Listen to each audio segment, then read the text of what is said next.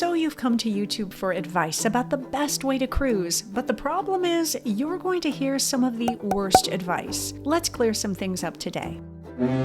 Hello, my friends. Let's face it, YouTube is a great place to learn more about cruising. But while a lot of what I see on here is so helpful, other advice, not so much. Especially these days when so much content is regurgitated from decades ago by AI and doesn't apply anymore, while other advice is just posted for shock values and views, and these people are often flat out lying just to get you to click. I can't stress that enough. There's no fact checking on YouTube, so please be cautious. And other advice is just plain bad or only applies to some people. So I'm going to share some of the worst advice I've gotten on here, and a lot of it might shock you because it sounds well-intentioned.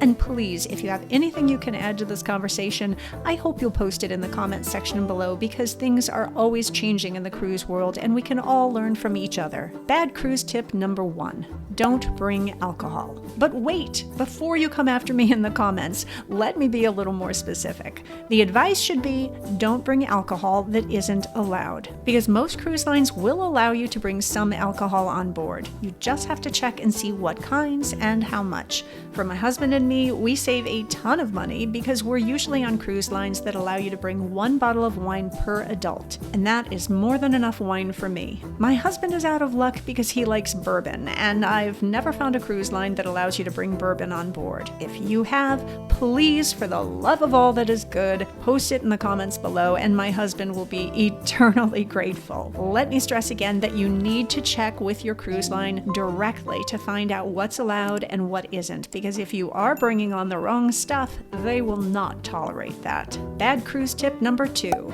Duty-free shopping will save you tons of money. Not in my experience. Yes, you save money because you won't pay tax on the items, but you need to be very cautious because those items that you are buying are probably going to have a much higher base price than you would pay on land. I've fallen into this trap with jewelry, and as soon as I get home, I look online to see what that jewelry goes for in a store on land, and I feel like a complete sucker. And yes, on board, I was shopping while drinking, which isn't a good idea, my friends. My husband recently bought, I kid you not, $700 worth of bourbon on board and regretted every single bottle. Look, I'm not saying that everyone will feel like a sucker like we do when we do this. And if you've ever gotten a sweet deal on something, let me know in the comments. In fact, when you do, I hope you'll hit that subscribe button because I'm unsponsored, so it is the best way to show your support, and I thank you for it. But you really might want to do a little price comparison online if you have Wi-Fi on board or while in a port where you have Wi-Fi. Or even better, do your research before you're even on board the ship. And don't drink and shop. Truly, voice of experience here. Bad cruise tip number 3. And this one especially is for those who are flying to Europe or someplace far away for a cruise. People often tell you to go a few days ahead of time so that you can acclimate to the time difference. So the part about needing to overcome jet lag is spot on, but you really need to be cautious when you decide to stay in Europe for a couple days simply to acclimate to the time difference, because those 2 or 3 days will very likely end up costing you as much as your cruise. I kid you not. The cab rides and the hotel and the meals are going to shock you in some of the cities where you land for these cruises, unless you are really familiar with the area and know where to get the good prices. London, Rome, Venice, they are gorgeous and very pricey cities and very worth exploring, but if you're too tired to do that because you have jet lag, then why waste the money? Because it's money burned if you're unable to lift your head from your pillow in your overpriced hotel room. So consider this as an option.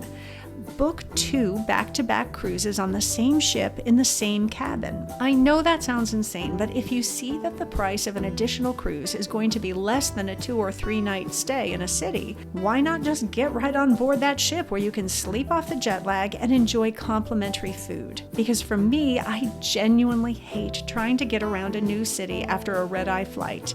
But this advice is correct in that you will need time someplace to get over your jet lag.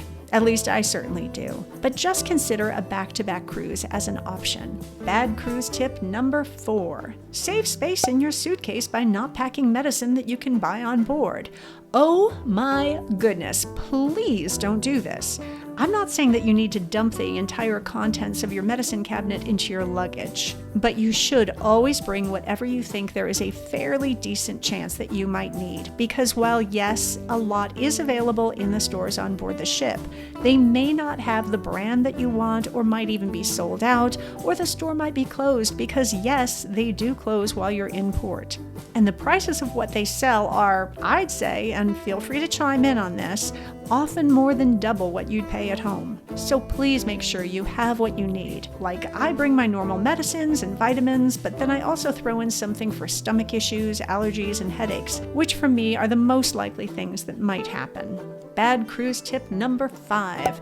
Only see a show on board if you have reservations. Okay, I understand the intent of this advice, and yes, it is always best to get reservations for a show, but even if you have reservations, there are some shows that I'd still wait in standby line for. Let me explain.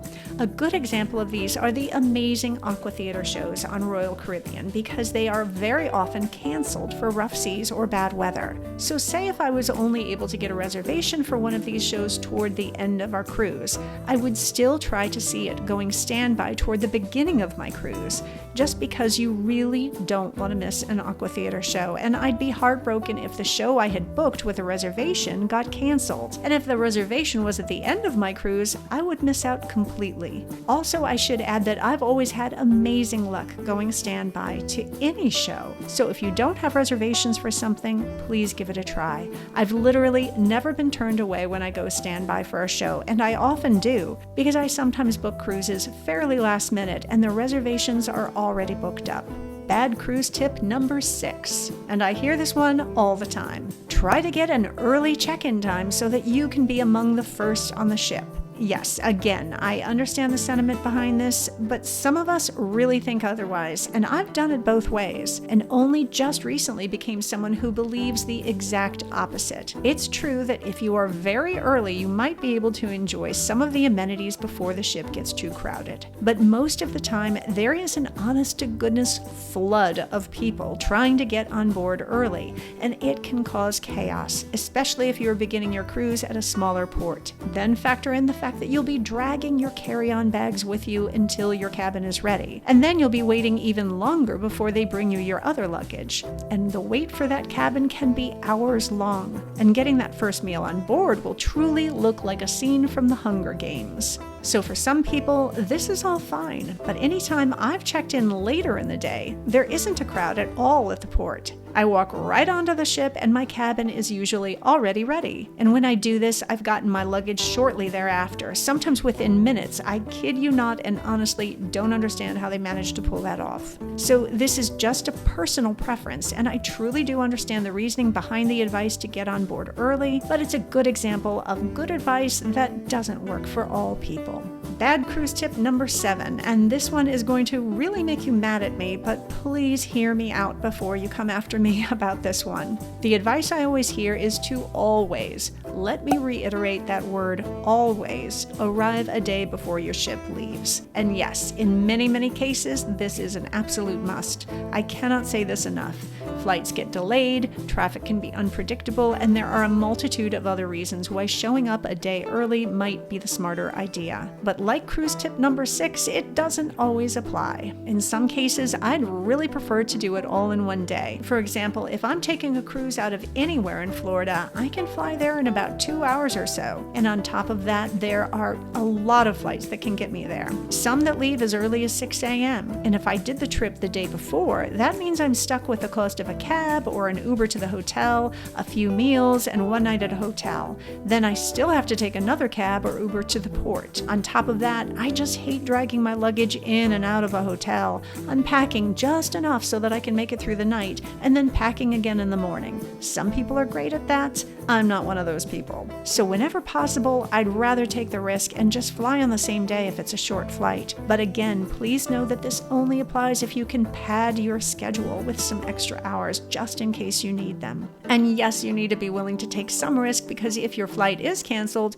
you can be out of luck completely. Bad cruise tip number 8. Always go on the same cruise line so that you'll rack up the most rewards. Again, I can understand where they're coming from with this advice, but if you limit yourself to just one cruise line, you're going to miss out on so much. I used to be completely devoted to Disney Cruise Lines, but that was a different time in my life.